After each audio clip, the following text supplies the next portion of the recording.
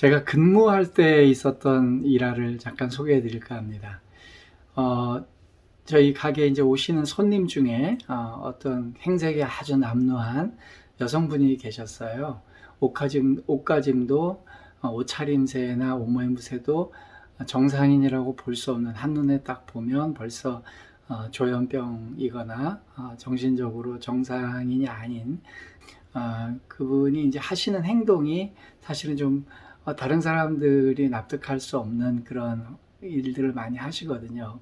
그러다 보니까 앞근무자가 이제 젊은 청년인데 막 화를 내고 그분을 나무래기도 하고 막 이렇게 다투는 그런 장면이 있었습니다. 또 저희 이제 그 사장님이 계실 때도 한번 오셨었는데, 사장님은 아주 냉정하고 냉소적으로 그분을 대해서 자발적으로 나아가게 할 수밖에 없을 만큼 아주 차갑게 대하는 그런 분이었어요. 그분이 제가 이제 야간 근무하는 시간대 새벽 2시, 3시경에 가끔 찾아오시곤 했습니다.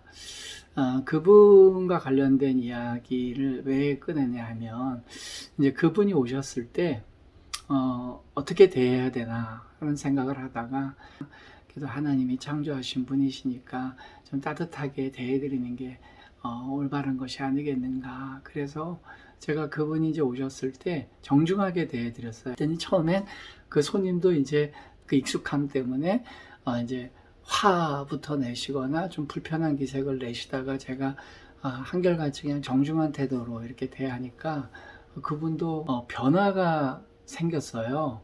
첫 번째는 옷차림과 머리, 이제 헤어 스타일이 달라졌어요.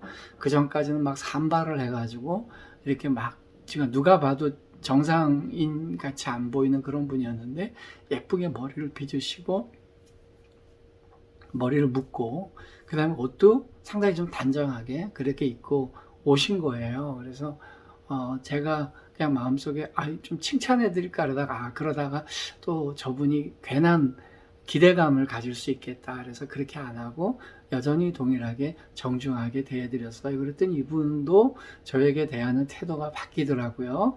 그러다가는 그렇게 이제 바뀌신 다음에 한 3번쯤 됐을 때인가요? 3번째 방문을 하셨을 때, 그분이 이제 그 매장들은 이제 음악이 나오잖아요. 그 본사에서 그 보내준 음악을 틀게 돼 있는데, 이 음악 좀 소리를 줄였으면 좋겠다. 가요가 나오니까요. 그래서 손님 죄송합니다. 저희 규정상 음악을 줄이거나 끌 수는 없습니다. 라고 이제 말씀을 드렸더니, 그분이 이거는 아버지가 좋아하시는 게 아니래요. 그래서 저는 아버님이 노래를 싫어하시나 그랬더니, 그분이 대뜸 저한테 그러세요. 예수 믿으세요? 그러시는 거예요. 그래서 제가 예? 네, 예수님 믿습니다. 그래 얘기했더니, 우리 하나님 아버지가 이런 노래 별로 안 좋아하세요 하고 확 가버리시는 거예요.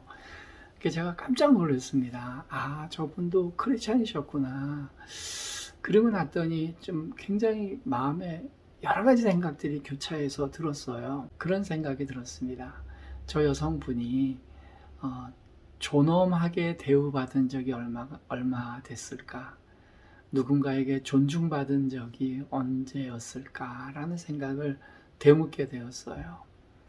모든 사람들이 마음의 기능들이 고장나고 났더니 이 사람을 꺼려하고 또 공격하고 꾸지람하거나 냉소적이거나 그렇게 되었을 텐데, 제가 그냥 순간적으로 드는 마음이었지만, 뭐 제가 또 목사이다 보니까요, 그런 이제 아르바이트 현장에 있더라도 제가 천성이 착해서기보다 누군가가 나를 목사로 알아볼지 모르는 그 두려움 때문인 것 같아요. 그래서 이제 할 수 있으면 친절하게 대해드렸는데, 그 여자분이 이제 그런 저의 태도를 보고 자기의 옷가짐이나 행동 거지 같은 것들을 이렇게 좀 바꿔가시는 모습을 보면서 그런 생각을 가졌더란 거예요. 제가 이 얘기를 왜 드리냐면, 물론 이제 그 뒤로 그분이 뭐 완전히 또 나아지거나 그러진 않았습니다. 제가 이 얘기를 말씀을 왜 드리냐면요, 저는 예수님 생각이 났어요. 예수님이 이 땅에 오셨을 때에 만났던 분들이 누구죠? 귀신 들렸던 분들, 장애인들, 또는 사회적으로 사람들에게 지탄받던 사람들, 죄인이라고 낙인 찍혔던 사람들, 그런 분들을 주님은 만나 주셨어요. 그분들이 갖고 있었던 감정이 무엇이었을까 저는 생각해 봅니다. 그분들은 아마 예수님 이전에는 그러한 대우를 받아본 적이 없었던 것 같아요. 거지 바디메오라든지 여리고성에 살았던 삭개오라든지 세리 마태라든지 뭐 이런 분들 다 사회적 편견 또 경제적 편견 이런 것 속에 갇혀서 본인이 인간답게 대우받지도 못하고 본인을 존중해 주는 분을 만나보지 못했던 것 같아요. 근데 주님이 이 땅에 오셔서 그런 분들을 인간적으로 따뜻하게 대해 주신 거예요. 그분들에게 먼저 다가가서 뭐 귀신아 나가라 이렇게 얘기하신 게 아니라 그들이 먼저 그들의 이름을 불러주시고 또 그들에게 먼저 말을 건네주시고 그들과 대화하기를 바라셨고 또 그들에게 친절히 대해 주셨을 때 그들이 자발적으로 예수 그리스도에게 변화된 삶을 고백하잖아요. 삭개오가 예수님이 여리고로 가셨을 때 삭개오를 바라볼 때 주님이 너 회개하면 내가 너의 집에 가겠다 이렇게 말씀하신 게 아니잖아요. 그냥 삭개오야 내려와라. 내가 오늘 너희 집에 가서 쉬고 싶다. 유하고 싶다. 주님이 먼저 제안했어요. 나 너하고 친해지고 싶어. 같이 있고 싶어. 그랬더니 삭개오가 내가 가난한 사람들에게 재산 절반을 주고 토색한 게 있으면 4배나 갚겠습니다라고 본인이 그렇게 얘기를 하신 거죠. 삭개오가 먼저 가난한 사람들에게 구제하고 토색한 곳이 있으면 다 갖겠습니다. 그 말을 했더니 주님이 그러면 내가 너네 집에 갈게. 이게 아닌 거예요. 순서가.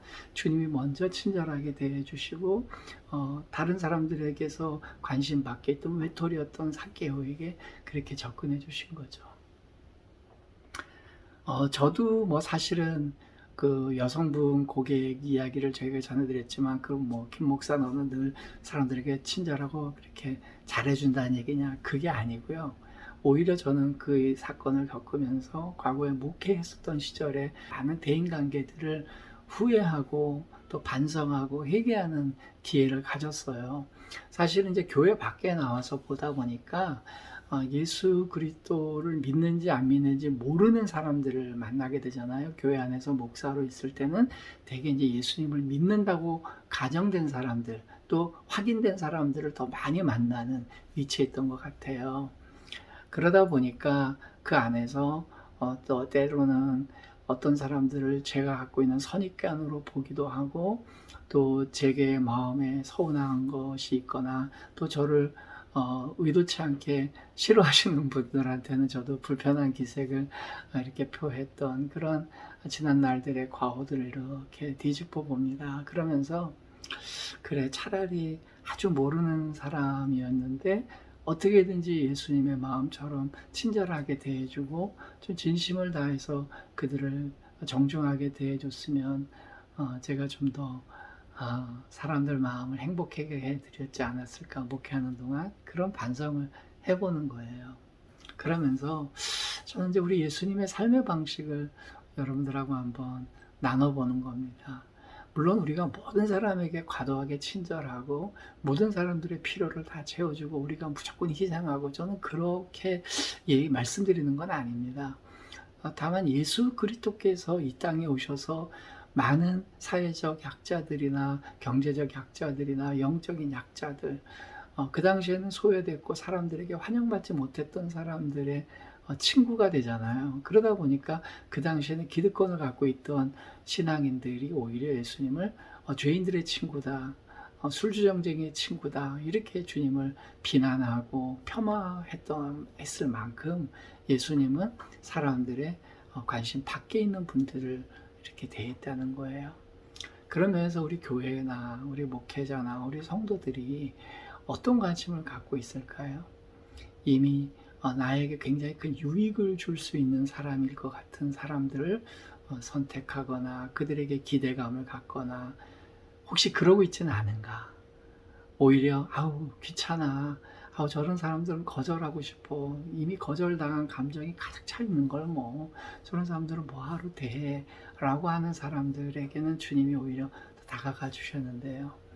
그런 것들이 이제 성경 많은 곳에 나오잖아요. 너희들이 사람을 외모로 판단하지 마라. 또 부유한 사람이건 가난한 사람이건 차별하지 마라. 그런 주님의 말씀을 되짚어 봅니다. 뭐 어떻게 뭐 이렇게 저렇게 얘기하다 보니까 얘기가 길었습니다. 여러분 그런 마음을 가지고 우리 가깝게는 우리 가족에게 또 조금 멀리 있는 모든 우리 사람들에게 친절하게 예수님의 마음으로 살아가는 여러분들 되기를 바랍니다. 예수님의 문지기 김산우 목사입니다. 감사합니다.